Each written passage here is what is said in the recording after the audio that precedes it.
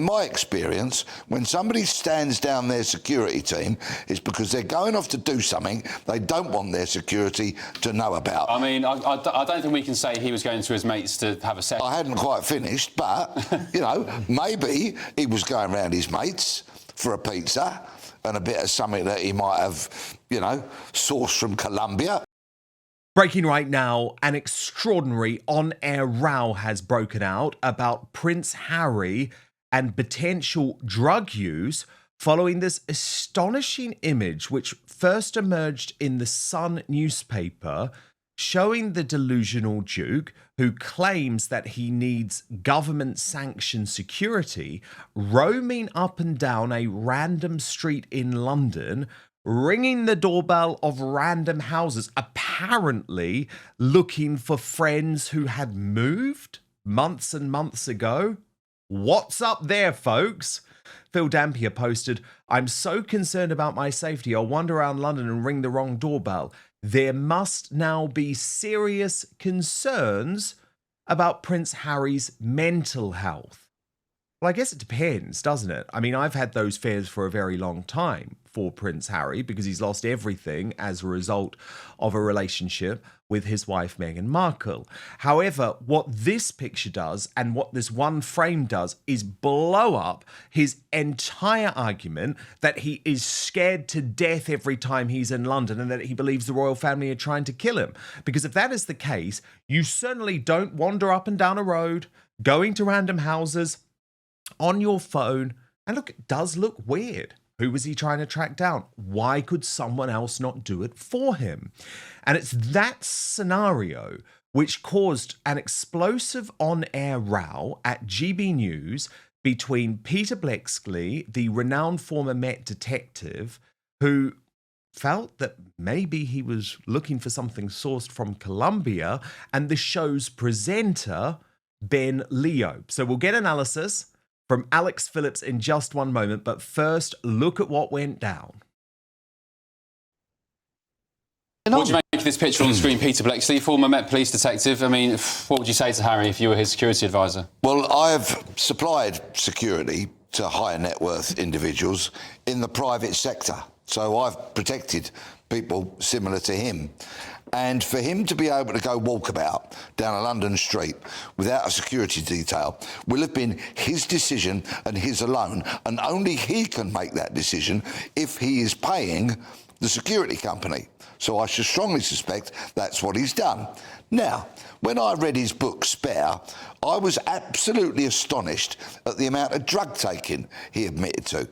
And in my experience, when somebody stands down their security team, it's because they're going off to do something they don't want their security to know about. I mean, I don't think we can say he was going to his mates to have a session. I hadn't quite finished, but, you know, maybe he was going round his mates for a pizza and a bit of something that he might have, you know, sourced from Colombia. Maybe he wasn't. Oh, no. Or maybe he wasn't. Yep. But normally, people stand down their security team because they're going to do things they don't want their team to know about. Well, obviously, Prince Harry's not here to defend himself on that. I mean, it's completely, I have to say, Peter, it's completely baseless. I mean, you are putting two... And I said maybe. I said maybe. I didn't say was. I said maybe. Who knows? We don't know. In his book, he talks about, was it magic mushrooms, smoking weed and cocaine as well, of course. Alex Phillips, what do you make of it? Who's right there, Peter Blexley or Ben Leo? Peter Blex is absolutely right. I know people who have security details, and it's right. The security detail follows you everywhere. That is their job, day and night, night and day. They'll drive, you know, come to a front door with you, make sure there's eyes on, be outside in an address. And unless you tell them don't come, they're going to be there because that is their job. And if they get it wrong and if they're remiss and if they're negligent, they lose their job and worse. So it does sort of smack in the face of hypocrisy that Prince Harry says, I'm so, you know, worried and I'm so all by myself and I'm scared to be in London when he's just dilly-dallying up a road ringing on rando doorbells. he probably is looking for some sort of mate in some sort of flat somewhere. But also the other thing is this: when you are a high security individual, you normally have a team going out ahead of you to check the address, to make sure that they've done a sweep, that it's all going to be fine, that they know the access points, that they know if you can leave and where you would go to if you needed to be taken away quickly away from danger. And so for someone who is so concerned about his personal security, to be randomly trying to find an address is very strange, because normally you would be giving your security detail at least 24 hours notice, saying this is the address, go and do a reconnaissance beforehand. Peter Blex is absolutely right on this. I know people with security details who have to follow this protocol every single day of the week, and so it does smack in the face of, I need security and I'm really scared, but only when I want it. Yeah, I mean, I found the whole thing completely bizarre. And look, he does look wired. He looks wired. And it's very odd what's going on with Prince Harry. I don't think we can deny the fact that we are seeing some type of very public meltdown. Now, GB News, Alex, also got Tom Bauer to respond to this. Now, Tom, very well-connected guy, royal author behind the book Revenge. This is how he read what was going on with the doorbell footage. Very well that he wasn't going to get it. I think it was all about trying to embarrass the king. It was about destroying the monarchy. It was about all the time me, and Meghan. And very much it was Harry wanting to say that he is somebody who can make huge problems for his family. And I'm not totally surprised by this. I'd heard he's pretty desperate. He was looking for company.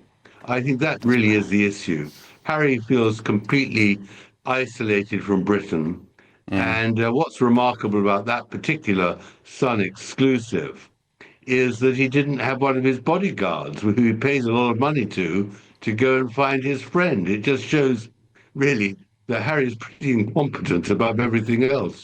I mean, Alex Phillips, exactly the point that you were making. But I think what's quite interesting there is when Tom Bauer is using the word sad, it's like pathetic. Do you know what I mean? It's so pathetic what this guy's life has become, rather than, oh, we should feel sorry for him. Yeah, and it's true, to be honest. I actually do feel sorry for him, if I'm honest with you, because I don't think anyone chooses. Look, I don't think anyone chooses to be born into royalty, which is a very strange existence, or have their mother killed at a very young age. These things have a huge impact on somebody's psychological well-being, without a doubt. But he has chosen to exit the sort of, the entity that gave him protection, and put all of his faith in one woman who wants to extrapolate from him kudos and publicity.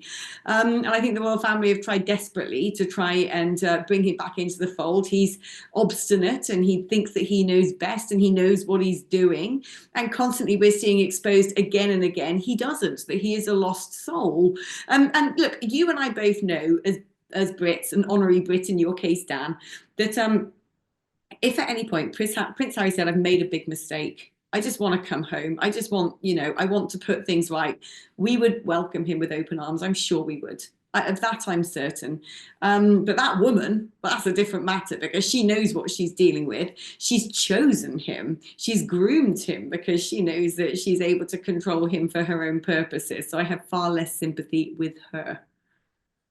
Yeah, it's an interesting one, Alex. I just don't know anymore. I think there would have to be such a capitulation, such an apology. But remember, so much of the damage that was done to the late Queen, to Prince Philip in his dying days, to King Charles while he's suffering from cancer, and Prince William while his wife was suffering from cancer, so much of that was personally driven by Harry, because it was Harry who authored Spare, his words. Now, yes, he may have been seriously influenced by Meghan, but he's the one who put his name to that. But what is interesting, Alex, is Tom Bauer, who is, by the way, writing a sequel to his first revelatory book about Meghan Markle Revenge. There is a new edition of the tome coming out. Says that he believes Prince Harry has realised he made a terrible mistake. But first, you know how often I talk about the need for free speech to be protected? Well, I've been increasingly thinking of the need for personal protection from snoopers, bad actors, and hackers online. And I'm delighted to tell you I have now found the fail-safe solution. But what's more, this VPN, or virtual private network to use the full term, is also a life change when it comes to providing you entertainment and information from anywhere in the world, wherever you are. Let me introduce you to Surfshark, an incredible and easy-to-use service that encrypts all your internet traffic, meaning your online activities stay safe so you can shop, you can stream, you can browse, you can conduct your banking online in complete privacy. But what's amazing is actually the benefits of Surfshark go way beyond keeping you safe online, because it allows you to access your favorite entertainment and streaming services like Hulu, iPlayer, HBO Max, Peacock, Netflix, Amazon Prime, Disney Plus, all of them within seconds, as if you're watching from another country. So if you're traveling for work or on holiday, you can also get all your favorite content from home, including sports. It's an insurance policy against creeping censorship in many countries too, like France, which has blocked Rumble for so many months.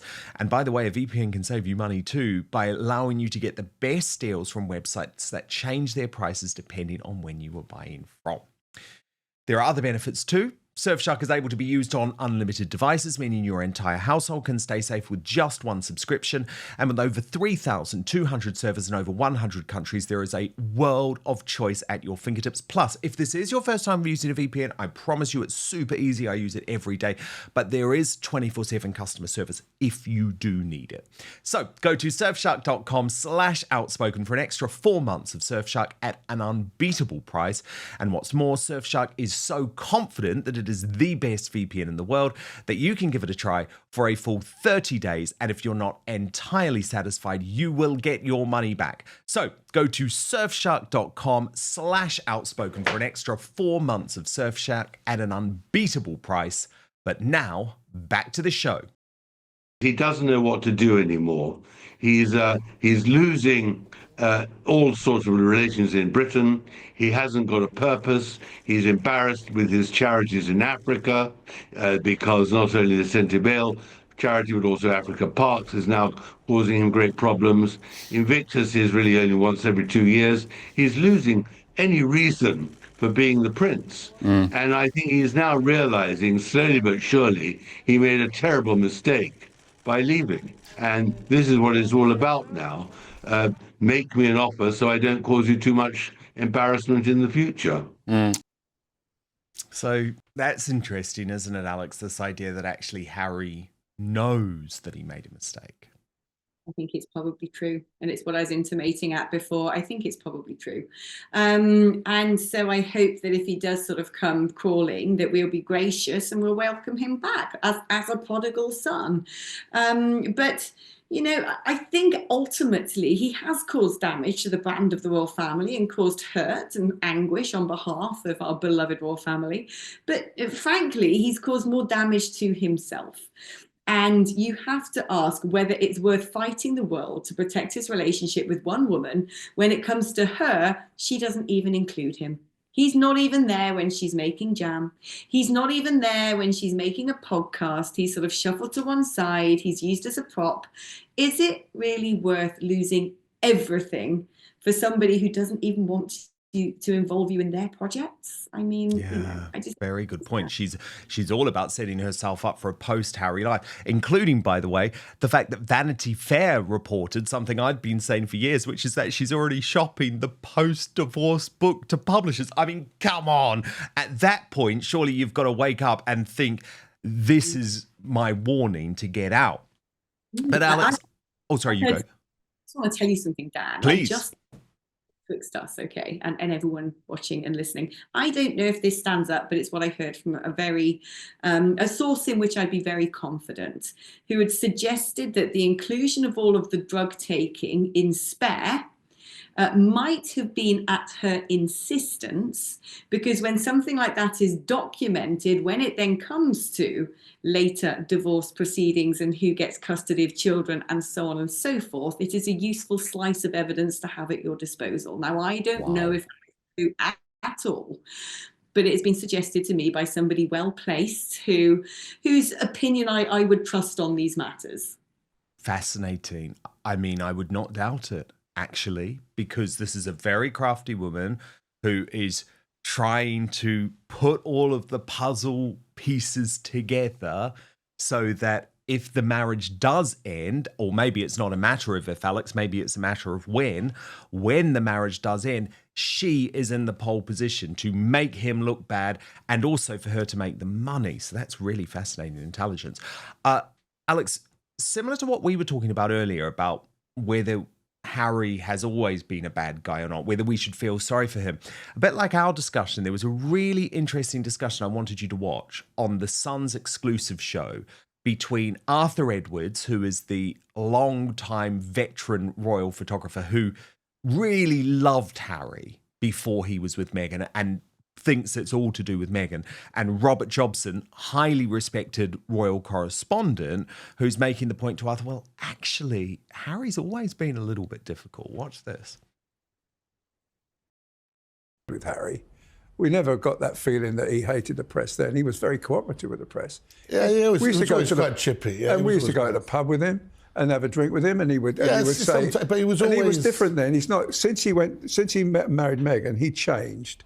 And suddenly he became into. I actually think he's. I think he was fine till then. When he was working for the royal family, he was fantastic. To a degree, I think he always had an edge, but I do think that. I never found it. Well, he did certain things, didn't he? That you. I mean, there was things I remember he did with you that you didn't particularly like. He was quite. He was quite disrespectful at times, I think. See, Alex, my experience of Harry was that he was always quite a nasty guy, but he was very well protected by the royal machinery. And the irony is that he's now turned on them because of Meghan, and slammed them all as the men in grey suits and actually said they're even trying to kill him, which is nuts. Whereas actually for years and years and years, Alex, these people protected Harry and made him at one point, do you remember, more popular than Queen Elizabeth II herself. So the irony is, and I think that's where Harry's despair must come from, he's like, oh God, actually, they were doing a really good job for me when I was in the royal family. Yeah, I mean, it is very interesting. I don't know anything about the man. I don't know him personally. I don't know the mechanics of how, the royal press pack work. But we did always have a sort of two-dimensional view of him, which is there he is a soldier, there he is beaming and smiling, there he is setting up a charity, there he is kicking a football. And it was very well managed. And ever since he's gone solo, it seems like the mask has slipped and he's human, all too human. I think he probably does have some regrets. Look, we're all fallible creatures. We all have our moments where we're not exactly behaving in a princely or priestly manner. But what has really been shown is his vulnerability, because perhaps he's been brought up in this straitjacketed, closeted, controlled environment that now he's striking out on his own and is depending yet again, because that's all he knows, to depend on other people to tell him when to cough, sneeze, jump. He's depending on a woman who, like I said before, sees a great amount of value in him when it comes to filling up her bank balance. Alex, what's really interesting, though, is that even America, right, and liberal America, left-wing America, who were preparing to make Harry and Meghan their poster children, are turning. And for the first time at the weekend, it wasn't a long clip, right, but a really cutting moment from Saturday Night Live, big show in America, but absolutely a left-wing show, absolutely a pro-Democrat, anti-Trump comedy show. And when they made a joke about the US-UK trade deal that had been signed, it was Harry and Meghan who were the butt of that joke. Watch this. President Trump also announced a new trade deal with the UK that will reopen British markets for American companies. All that Britain demands in return is that we keep these two.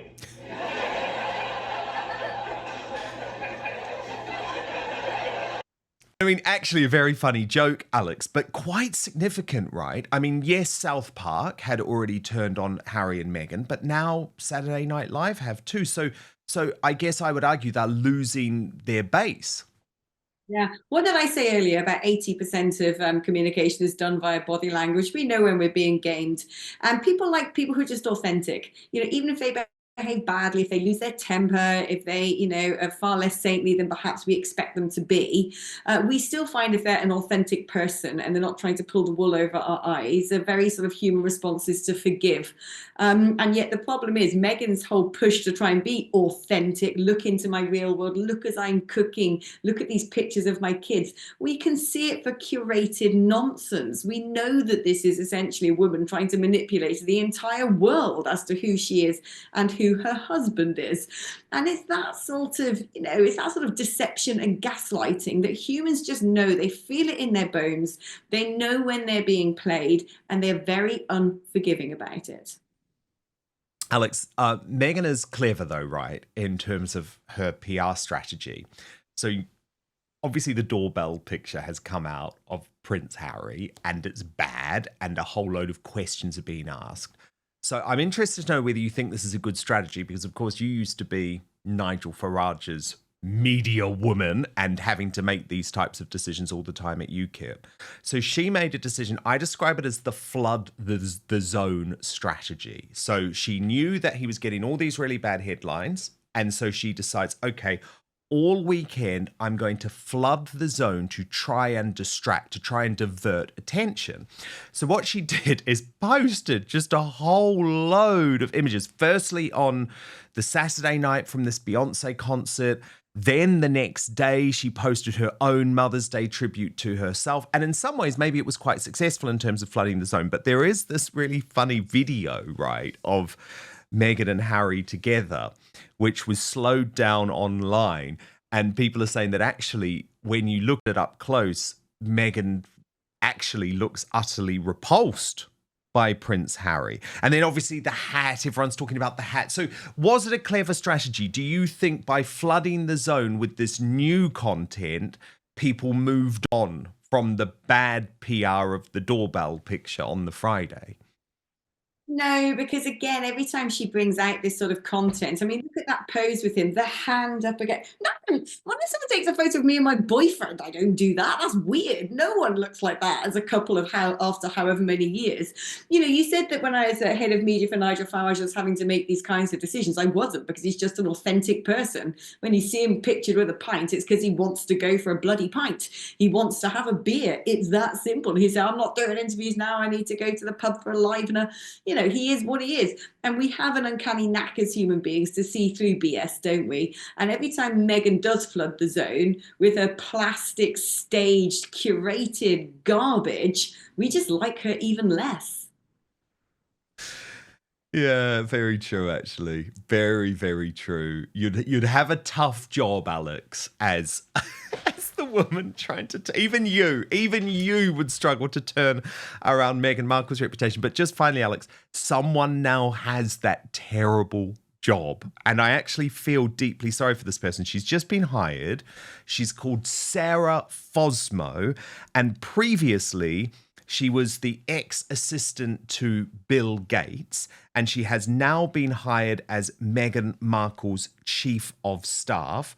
The goal is to be her most senior advisor as she prepares to relaunch her career.